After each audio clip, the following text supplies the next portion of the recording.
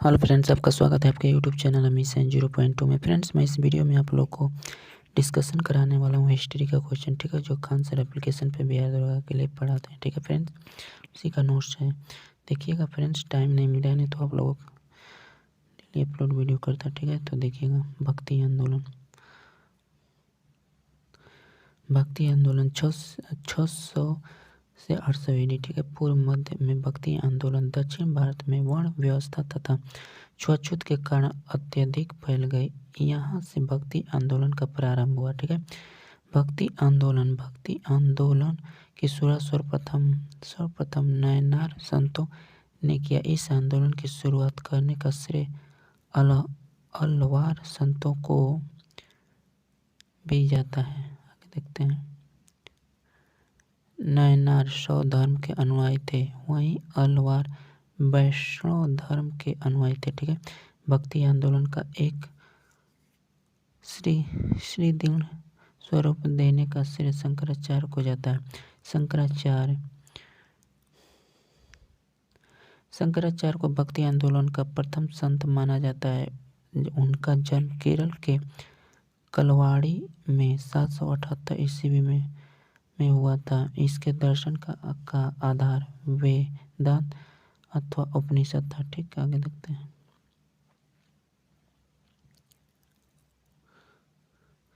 शंकराचार्य ने अद्वैतवाद का मत दिया और कहा कि यह संसार झूठा है,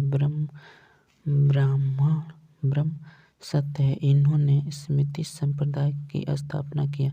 शंकराचार्य ने दक्षिण भारत में भक्ति आंदोलन को बौद्ध तथा जैन धर्म के प्रभाव को कम करने के लिए किया।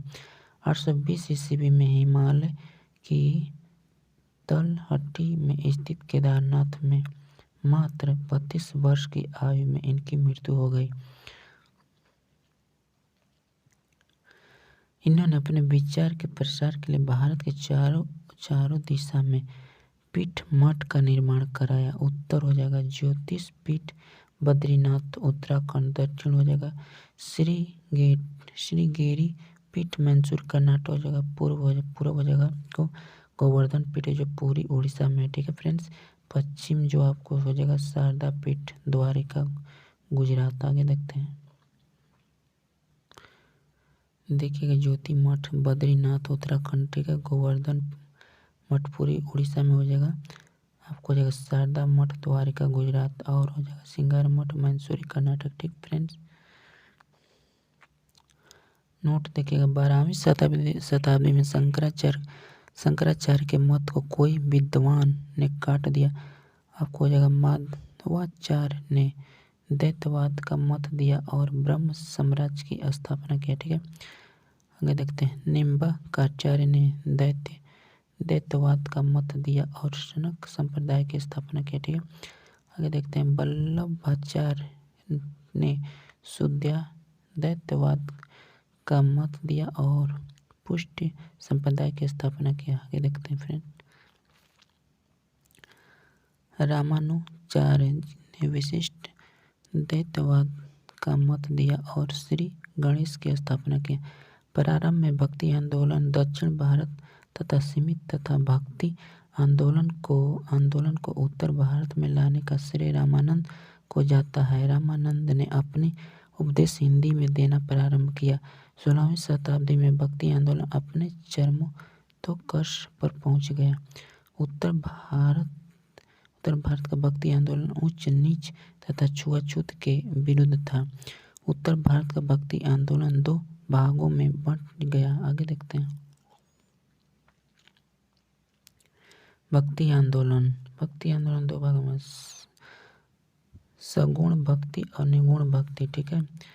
जो आपको इसको सद्गुण भक्ति जो राम हो जाएगा कृष्ण, ठीक है। निगुण भक्ति शांत और सूफी हो जाएगा। आगे देखते हैं। सगुण भक्ति, इस भक्ति में भक्त भगवान को एक विशेष रूप देते हैं। वे भगवान की मूर्ति या चित्र बनाते हैं और उसकी पूजा करते हैं। सद्गुण भक्ति जो भागों में बंट राम भक्ति तथा कृष्ण भक्ति या अवतारवाद को मानते थे, ठीक है फ्रेंड्स। आगे देखते हैं राम भक्ति। इस सखा के भक्त भगवान राम की आराधना करते थे। इस सखा के सबसे प्रमुख भक्ति तुलसीदास थे, जिन्होंने अवधी भाषा में रामचरितमानस की स्थापना की। उनकी अन्य प्रमुख रचना कवितावली, दोहावली, विनय पत्रिका है। यह अकबर के समकालीन थे। ठीक है, अकबर ने इन्हें नवरत्नों में शामिल होने का प्रस्ताव दिया, लेकिन इन्होंने प्रस्ताव को अस्वीकार कर दिया। आगे देखते हैं। दक्षिण भारत में राम भक्ति को फैलाने का कार्य त्यागराज ने किया। ठीक है, कृष्ण भक्ति। इस शाखा के सारे भक्त भगवान कृष्ण की आराधना करते थे। कृष्ण भक्ति में सबसे प्रमुख संत विठल स्वामी थे। इन्होंने 8 शिष्य को शिक्षा दिया, जिन्होंने संयुक्त रूप से अष्टछाप कहा जाता है। इस अष्टछाप में सबसे प्रमुख शिष्य सूरदास थे। सूरदास की रचना सूर सागर प्रमुख है। आगे देखते हैं। महाराष्ट्र के क्षेत्र में कृष्ण भक्ति को एक साथ तुकाराम इत्यादि ने फैलाया। तुकाराम शिवाजी के समकालीन थे। गुजरात के क्षेत्र में कृष्ण भक्ति का प्रचार नरसिंह मेहता ने किया। इसकी कविता वैष्णव जन तोते ने कही है। यह महात्मा गांधी का भी पसंदीदा गीत था। ठीक है, आगे देखते हैं। बंगाल, बिहार तथा उड़ीसा के क्षेत्र में भक्ति आंदोलन का प्रचार चैतन्य महाप्रभु ने किया था। इन्होंने ही हरि कीर्तन प्रारंभ किया। कृष्ण भक्ति में संगीत बहुत ज्यादा है। ये देखते हैं। मीराबाई का 16वीं शताब्दी के भारत की एक महान महिला संत थी। वे मेड़ता के राजा रत्न सिंह राठौर की इकलौती पुत्री थी। मीराबाई का विवाह राणा संगा के पुत्र भोजराज के साथ हुआ था, परंतु वह जल्दी ही विधवा हो गई थी। वह संगुण भक्ति धारा के कृष्ण की भक्ति थी। सूरदास, आगे देखते हैं। सूरदास एक महान कवि थे जो कृष्ण की प्रशंसा के लिए जाने जाते थे। यह मुगल शासक अकबर के समकालीन थे। निगुण भक्ति इस भक्ति के संत किसी की मूर्ति या चित्र नहीं बनाते थे। वे बिना मूर्ति के ही आराधना करते थे। इनका मानना था कि ईश्वर कण कण में विद्यमान है। ठीक है, निगुण भक्ति 2 भागों में बांटा गया, संत भक्ति तथा सूफी भक्ति। आगे देखते हैं।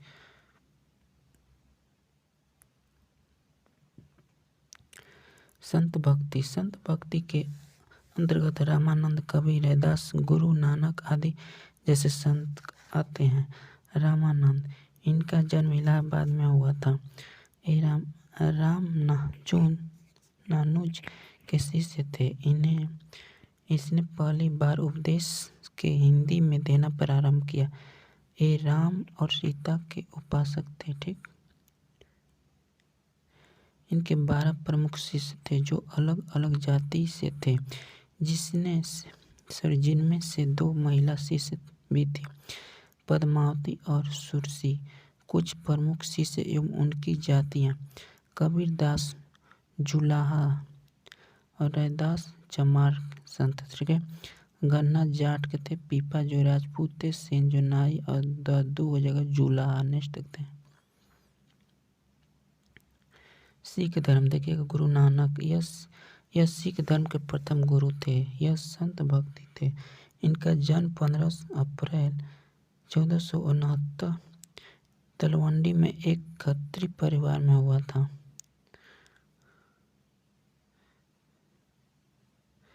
यह स्थान वर्तमान समय में पाकिस्तान में है, जो ननकाना साहिबा के नाम से प्रसिद्ध है। गुरु नानक ने सिख धर्म की स्थापना किया और गरीबों को मुफ्त में भोजन लंगर व्यवस्था शुरू किया, किंतु यह सुचारू रूप से नहीं चल पाया था। ठीक है, अंतिम समय इन्होंने करतार साहिबा में बिताए थे। इन्होंने ही गुरु की परंपरा का प्रारंभ किया। इनके कविताओं एवं गीतों का संकलन एक पुस्तक के रूप में किया गया है, जो आदि ग्रंथ के नाम से प्रकाशित हुआ। इनकी मृत्यु 1539 ईस्वी में करतारपुर, पाकिस्तान में हो गई। यह बाबर के साथ सल्तनत काल के अंतिम शासक इब्राहिम लोदी और महान संत चैतन्य महाप्रभु एवं कबीर दास के समकालीन थे। अंगद देव, आगे देखते हैं। ये दूसरे गुरु थे। इनके बचपन का नाम लाहना सिंह था। इन्होंने गुरु नानक देव की जीवनी को लिखा था। इन्होंने लंगर व्यवस्था के सुचारू रूप से चलाया था। इन्होंने गुरुमुखी लिपि की खोज की थी। ठीक है। अमरदास, यह तीसरे गुरु थे। इन्होंने पर्दा प्रथा, सती प्रथा, कुपत्र इत्यादि का विरोध किया। इन्होंने हिंदू विवाह का पद्धति से अलग हटकर सिखों के लिए एक नई विवाह पद्धति को लागू किया, जिसे लवन पद्धति कहा गया। ठीक है। रामदास, ये चौथे गुरु थे। इनके समय के गुरु पद वंशानुगत हो गए। इनका अकबर के अच्छा संबंध था। अकबर ने इन्हें अमृतसर शहर के लिए 500 बीघा जमीन दान किया था। कौन? अकबर। इन्होंने अमृतसर नामक का एक तालाब बनाया। अमृतसर एयरपोर्ट का नाम गुरु रामदास इंटरनेशनल एयरपोर्ट है। यह अकबर के समकालीन थे। ठीक है। आगे देखते हैं फ्रेंड्स। अर्जुन देव, ये पांचवें गुरु थे। इन्होंने ही स्वर्ण मंदिर का स्थापना की। इनके गुरु ग्रंथ साहिबा की रचना की थी। इन्हें आदि ग्रंथ भी कहते हैं। गुरु अर्जुन देव के मनपसंद प्रथा को प्रारंभ किया था, जिसके अंतर्गत सिख लोग अपनी आय का 10% गुरु के पास जमा करते थे। इन्होंने जहांगीर के विद्रोही पुत्र खुसरो को समर्थन दिया, जिस कारण जहांगीर ने इन्हें फांसी दे दिया। नोट: राजा रणजीत सिंह ने हर मंदिर पर सोने की परत चढ़वाया, जिसके बाद हर मंदिर स्वर्ण मंदिर कहलाने लगा। गुरु हरगोबिंद, ये छठे गुरु थे। इन्होंने अकाल तख्त की स्थापना किया तथा नगाड़ा बजाने की परंपरा शुरू किया। आगे देखते हैं फ्रेंड्स।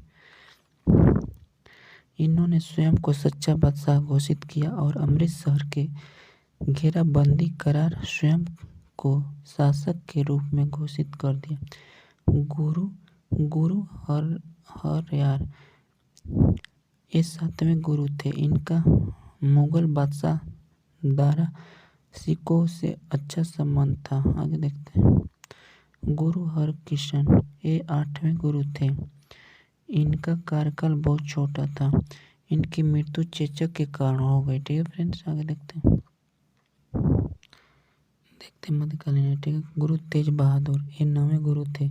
इन्होंने औरंगजेब के विद्रोह पुत्र अकबर द्वितीय की शरण दे दिया, जिस कारण औरंगजेब ने इसे इस्लाम धर्म कबूल करने को कहा, किंतु इन्होंने इस्लाम धर्म कबूल नहीं किया, जिस कारण औरंगजेब ने दिल्ली के चांदनी चौक पर हत्या कर दिया, जहां आज शीशगंज गुरुद्वारा है। ठीक।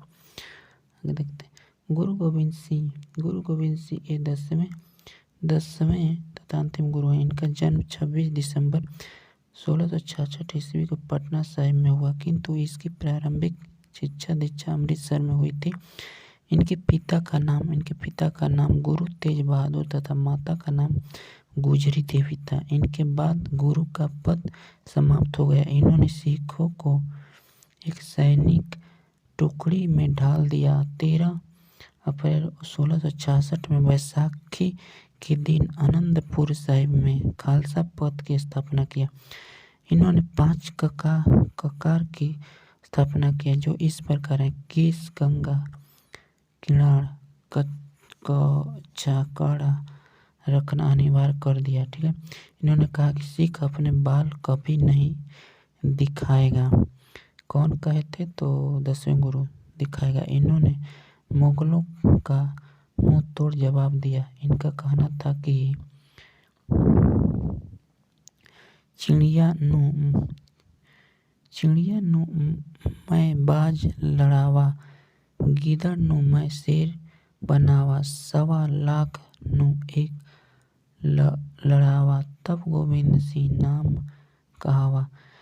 1705 में औरंगजेब के कहने पर बुल्खान नामक व्यक्ति ने महाराष्ट्र के नांदेड़ में गोविंद सिंह की हत्या कर दी और गोविंद सिंह की मृत्यु के बाद सबसे बड़ा सिख योद्धा बंदा बहादुर था, जिन्हें हजारों की संख्या में मुगल सैनिकों को मौत के घाट उतार दिया। आगे देखते हैं।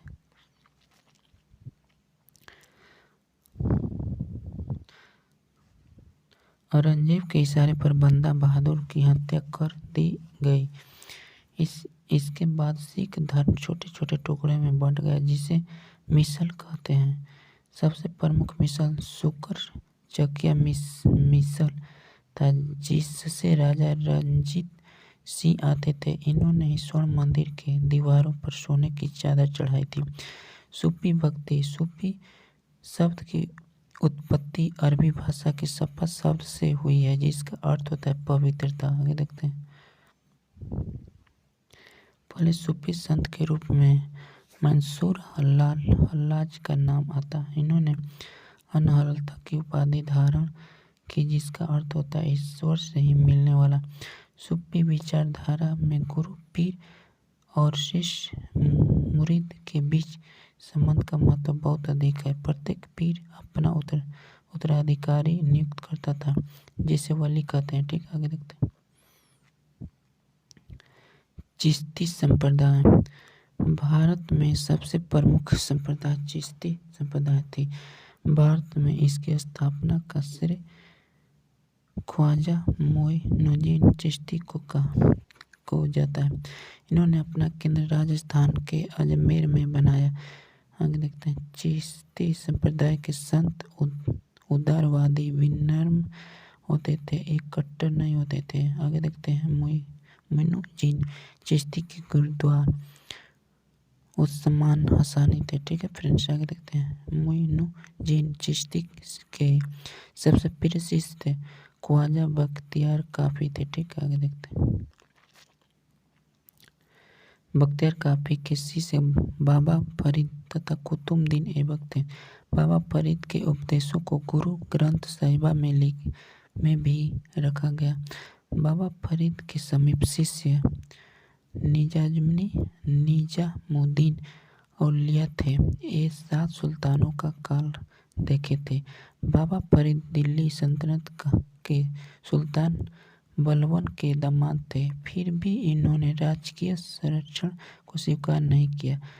निजामुद्दीन औलिया के सबसे प्रिय शिष्य अमीर खुसरो थे। निजामुद्दीन औलिया तथा अमीर खुसरो दोनों का मकबरा दिल्ली में एक ही जगह है। ठीक है फ्रेंड्स। अकबर के समकालीन सूफी शेख सलीम चिश्ती थे। इन्हीं से प्रभावित होकर अकबर ने अपने बेटे का नाम सलीम रखा, जो आगे जाकर जहांगीर के नाम से जाना जाने लगा। ठीक है। दक्षिण भारत में चिश्ती संप्रदाय का प्रचार करने का श्रेय सैयद मोहम्मद गौसुराज को ही प्राप्त है। आगे देखते हैं। नोट। ख्वाजा मोइनुद्दीन चिश्ती द्वारा चलाए गए संप्रदाय को चिश्ती संप्रदाय कहते हैं। यह भारत का सबसे बड़ा सूफी संप्रदाय। ठीक है, आगे देखते हैं। सुहरावर्दी संप्रदाय। इसके संप्रदाय के संस्थापक का श्रेय बाउजीन जकारिया को जाता है, जिन्होंने अपना केंद्र पाकिस्तान के मुल्तान को बनाया था। ठीक है। इस शाखा के सूफी कठोर व्रत का पालन नहीं करते थे, बल्कि समान जीवन जीते थे। ठीक, आगे देखते हैं। फिरदौसी संप्रदाय। ठीक है। इस संप्रदाय के संस्थापक का श्रेय याहिया मनेरिया को जाता है। ठीक है। इन्होंने अपना केंद्र बिहार के मनेर शरीफ दानापुर को बनाया। ठीक है। बिहार में सबसे प्रचलित फिरदौसी संप्रदाय थी। ठीक है, आगे देखते हैं। नक्शबंदी संप्रदाय के संस्थापक ख्वाजा बाकी बिल्लाह थे। ठीक है, इस संप्रदाय के सूफी कठोर व्रत का पालन करते थे तथा कट्टर थे। ठीक है, धार्मिक कट्टर का अर्थ होता है धार्मिक नियमों को कठोरतापूर्ण लागू करवाने वाला। ठीक है फ्रेंड, मुगल बादशाह औरंगजेब इसी संप्रदाय का अनुयायी था। यह एक प्रत्यक्षवादी दर्शन वजहत उल सुदर था। ठीक, नेक्स्ट देखते हैं। कादिरी संप्रदाय, इस संप्रदाय के संस्थापक बगदाद के अब्दुल कादिर जिलानी थे, परंतु भारत में इसे सिलसिले की शुरुआत सैयद मोहम्मद जिलानी ने की थी। ठीक, मोहम्मद बादशाह शाहजहां का ज्येष्ठ पुत्र दारा सिको कादरी संप्रदाय का ही अनुयायी था। ठीक है, और देखिएगा पाकिस्तान के परमाणु कार्यक्रम के जनक अब्बुल कंदरिया को कहा जाता है, जो सूफी न होकर एक परमाणु वैज्ञानिक थे। आगे देखते हैं फ्रेंड्स। ठीक है फ्रेंड्स, इस चैप्टर में इतना ही क्वेश्चन था। तो वीडियो अच्छा लगा होगा तो ज़रूर लाइक कीजिएगा। चैनल पर नए होंगे तो चैनल को अभी सब्सक्राइब कर सकते हैं। ठीक है फ्रेंड्स, नेक्स्ट चैप्टर में आप लोग को लेकर आएंगे मुगल काल। ठीक है फ्रेंड्स, तो वीडियो अच्छा लगा होगा तो इसे ज़रूर लाइक कीजिएगा। चैनल पर नए होंगे तो चैनल को आप सब्सक्राइब कर सकते हैं। नेक्स्ट वीडियो में फिर मिलते हैं, तब तक के लिए धन्यवाद फ्रेंड्स।